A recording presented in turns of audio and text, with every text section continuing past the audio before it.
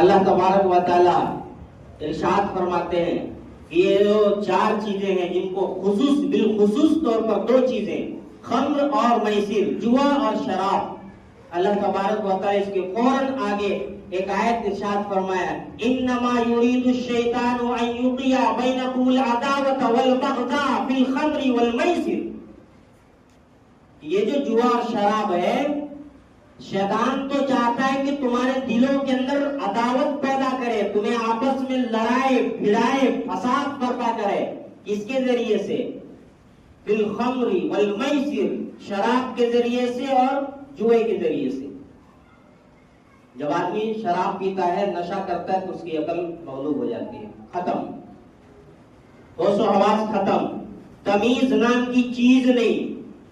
جن چیزوں کو اللہ تبارک و تعالیٰ نے، جن رشتوں کو ہمیشہ کے لیے حرام قرار دیا، اس کی تمیز بالکل ختم نہیں ہوتی.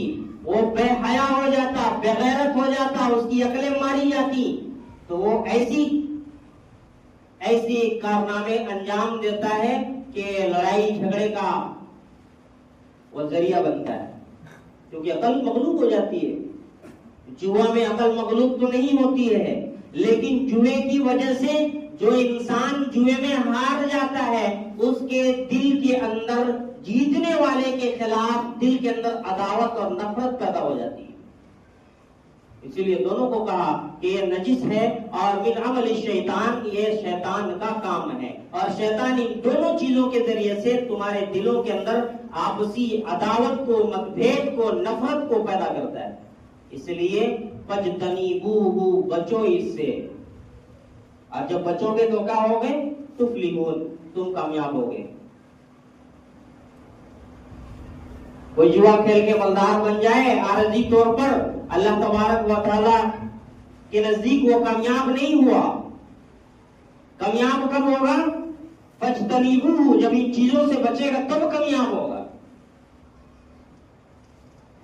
اور پھر اسی سلسلے میں اللہ تبارک و تعالیٰ نے آگے آیت میں ارشاد فرمایا کہ اللہ کے جو رسول ہیں ان کا جو کام تھا ان 4 چیزوں سے آگاہ کر دینا، خبر کر دینا، بتا دینا. انہوں نے بتا دیا. اب تمہاری مرضی ہے کہ تم ان چیزوں سے بچو، بچنا ہے بچو، نہیں بچنا ہے مت بچو.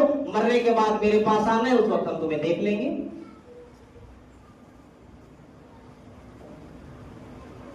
رسولوں کا جو کام تھا، نبیوں کا جو کام تھا، نبیوں نے بتا دیا، رسول نے تمہارے تک یہ پہنچا دیا کہ یہ شیطانی کام ہے، یہ ناپاک ہے، یہ گندگی ہے.